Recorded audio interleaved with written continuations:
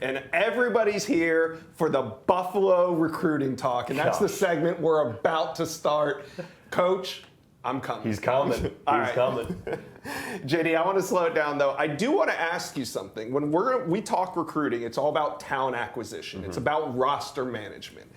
Deion is clearing house at Colorado. But my question to you is, do you think he's handicapping himself a little bit by announcing Should Sanders, his starting quarterback, instead of going to the portal and looking at all this talent in the portal that could come in and help? Because in this day and age of college football, it's a quarterback-driven league. It's a fair question, and I think there's two ways to look at it. One is, do you take the one in the hand versus the two in the bush? Because it still would be a push to go and get someone talented out of the portal, like a Devin Leary or insert any other name that you want to insert there. So you're taking the sure thing and a guy that you know in Should Sanders. The other piece of this is, I would, bet my house on it. I don't have a house, but I bet my future house on it. I don't have a farm, but I bet mine. I bet whatever it is on it, that when they talk to Deion Sanders about coming to Colorado, you understand that Deion is going to do things his way, the primetime way, and a part of that way is I'm bringing my guys with me, and that includes my son playing quarterback in Should Sanders. And to his credit, there's no data point where you say, okay, this hasn't worked, because they've won like 80% of their games at Jackson State with him being the guy behind center. So is he handicapping himself? I think it's fair to make that conversation and have that argument. But really, I mean, like I said, looking at the data points, Should Sanders won a lot of games for him, so I don't have a problem with it. Yeah, the reality is Should Sanders is going to be the quarterback there, and they are going to have other needs to fill. So you've been hitting the portal hard, lots of videos on On3's YouTube page. Who are maybe three names that you think Deion Sanders should go after that can make an immediate impact out in Colorado? I think the first thing that I'm looking at when it comes to the whole situation at Colorado with Deion is it was 1-11 last year in terms of the roster. So you got to flip the whole thing. But the biggest, I think, issue is going to be the trenches. And so when I'm looking at who's available in the portal, it's offensive tackle Johnny Cornelius from Rhode Island. He would be a guy that I am hitting his cell phone day and night. Johnny, what do you think about Colorado, man? We could use you. I think that would be a huge get. Then Drake Nugent, guy's going to transfer from Stanford. I believe he's in the top 5 for us in terms of interior offensive linemen. Yes. The interesting thing with him, he's actually from the state of Colorado. So if I'm Deion, I'm saying, hey, man, come home. Move some people against their will, get some pancakes. Like, that would be the pitch for me. So the trenches are the first place I'm looking. And then adding some other elite playmakers on the outside. Trayshawn Holden from Alabama, another West Coast guy, a guy that you would imagine would be an easy pitch to make. Come back close to home, play for me, I'll develop you a little bit, get you to the NFL. Like, that would be, I think, the easy pitch. So I'm excited to see what happens, but those are some of the 3 names that I'm watching. But with primetime in the portal, all bets are off. Anything can happen with primetime in the portal, so I'm excited to watch it happen. Yeah, it's evident that primetime is going to be king this offseason. Oh, yeah. There's no question that Deion Sanders at 0-0, he's undefeated.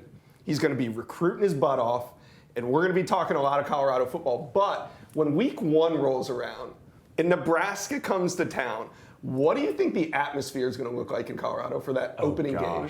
Gosh, yeah, I think, is it either week 1 or early in the year? I know it's like one of the first weeks of the season. They also have TCU early on, too. It's going to be on fire. It's going to be absolutely unbelievable. I mean, think about all of the hype. Like, he just got hired a couple days ago, and he's got millions of videos millions of views on his videos on YouTube about, the press conference and the way he entered Colorado. Like, the entire sphere around Colorado football. If you're to buy stock in a program in terms of just hype, like, you're putting all your cash into the Colorado stock because of the way it's trending. So that atmosphere will be incredible. And Josh, I want to ask you this. You would have to think that with all of the excitement that's been at Colorado before, like, if Colorado ends up being successful in the coming years under Deion, it won't be the first time that they've had success within that program. How much of that do you think is in the minds of recruits when it comes to, maybe I want to play for Deion, maybe I don't, all the consideration around it as a program that has been there before? See, Deion remembers when Colorado was good. Yep. I'm 40. I barely remember when Colorado was good. But if they turn it around in this offseason, you're going to see more videos of Rashaan Salaam rushing the football. Rashaan Salaam's about to get introduced into a whole new group of demographics to these younger kids because he was such a great player. And I think that at this point, Deion is going to bring back some of the old guys because Colorado is a storied program at the end of the day. They did compete for a national championship. They were producing Heisman winners. So I do think Deion's going to ride that and introduce some of the nostalgia of the old to the new. He's going to have to. Absolutely. All right, and at this point, I want to talk a little high school recruiting from the Colorado perspective. Let's bring on national recruiting analyst Sam Spiegelman, another Buffalo recruiting expert. Sam, how you doing? I'm just wishing I was out in Boulder right now. Josh, how are we? We're doing great. Hey, I wanted to talk to you about on 300 DB CJ Blocker, four-star prospect, has the Buffs in his top 5, just released that yesterday. Do you think that they're going to get a visit from CJ Blocker? Yeah, we talked about Deion Sanders making a quick, instant impact. We now have an on 300 cornerback, CJ Blocker, one of the top uncommitted DBs in the country ahead of the early signing period. And he got offered by Deion yesterday on Wednesday and now is considering a visit. He's got 2 visits coming up before he makes the decision on the 21st of December. He's going to head to TCU this weekend. He's supposed to go to USC next weekend. However, with Deion now offering, he's getting a chance to learn about that staff. We've talked about Deion Sanders' ties to the state of Texas. Colorado is pushing USC for that last visit. We'll see what happens over the next 2 weeks. Travel plans are still being made and modified, but Colorado quickly makes CJ Blocker's top 5 and is now competing with USC, TCU, and Alabama for one of the best cornerbacks commitments just a few days away from signing day. What would it tell you if Colorado was able to bump USC from getting an official visit and get CJ Blocker on campus? Even if they don't land him, what does that signify to you? It's a whole new era for Deion recruiting. I mean, we've talked about this off the air, Josh, but coaches past at Colorado have talked about just being able to get elite players on campus, see what Boulder is like, see what the campus is like, and then they can close. With Deion Sanders, you have not only one of the most charismatic recruiters and coaches in all the country, you have an absolute bona fide recruiter, an absolute closer. So if you get these elite players, these 4- and 5-star kids that can really turn around Colorado's roster on campus, eventually a few of them are going to commit. I can assure you that under Deion Sanders. That's been Colorado's issue in the past. Now you bring in Deion Sanders. I expect him to rewrite history, and I do think these visits are going to start beginning this month and certainly in cycles to come. Yeah, definitely. And one player that I'm hearing that Colorado is making a big push for is 5-star Iowa commitment Caden Proctor. He's an offensive tackle out of the state of Iowa, committed to the in-state team. He doesn't say much on social media. He doesn't say much in interviews, but Caden Proctor did decide to tweet out the fact that Colorado offered him. Now, I got sources that are telling me that they're trying to get an in-home visit with him. I haven't been able to confirm it yet, but if they do an in-home visit with Caden Proctor, I think, again, it kind of signifies the ability of Deion Sanders to get in front of top recruits in America. Now, it might not pay off in 2023, but it could down the road. Sam, who else is Deion targeting out there from the high school level? Yeah, Deion's trying to make some noise this December, and you see it in the kids that he's offering. Our Charles Power, the director of scouting and rankings for On3, is out in Mobile, Alabama, looking at Clemson commit Peter Woods. Colorado has offered Peter Woods. You're talking about Stacey Gage, the number 1 running back in the country out of Tampa, Florida. He's got an offer from Colorado. Kylan Fox, someone who's making their commitment in 8 or 9 days, an on 300 tight end from Georgia. Colorado offer. What we're seeing is Deion is not afraid to offer kids that are 4- and 5-star kids that are in the news, that are committed elsewhere, that are considering the blue bloods of college football. He offered Sterling Dixon, the top 100 junior edge that just committed to Alabama this time a week ago. They're going after the best players, whether they get them on campus, whether they get in-home visits. That, again, it remains to be seen. But Deion's not shying away from this challenge. He's going after the best players in America, the guys that you and I talk about every Monday, every Thursday, that is in the news every single day in the news cycle. It just shows that everyone is going to be on the table with Deion Sanders recruiting. And I do think that opens the door for some interesting storylines in this beat.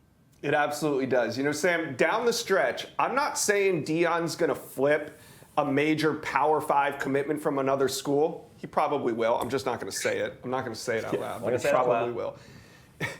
Are teams across the country going to be sweating it out on signing day? Just the pure fact that Colorado's kind of circling, they're a shark in the water there. Do you think that teams just out of nowhere are going to feel the pressure being put on them by Deion Sanders? I'm not sure they're going to feel the pressure right away. I think if Deion had a full year under his belt and was certainly, in a rhythm at this point, maybe. I think we've talked about this before, but I think he's going to hit the transfer portal and find players that can come to Colorado immediately, help out and see the field immediately. He's said as much. I think that right now, most of the college coaches are focused on the transfer portal. Yeah, we're talking about recruiting and in-home visits. But I think right now in early December, the focus is still on the transfer portal, and I expect Deion Sanders to clean up there.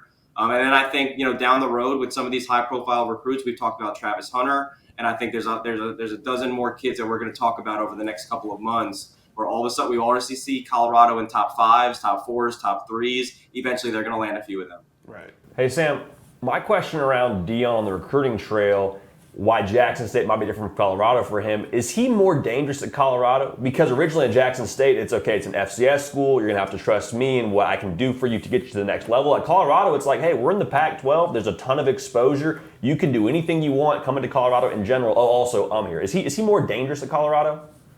Certainly, I think what he did at Jackson State and giving so much attention to HBCUs and changing that culture around there, that was outstanding. And now you're taking it to the Pac-12, you're taking it to the Power 5 ranks.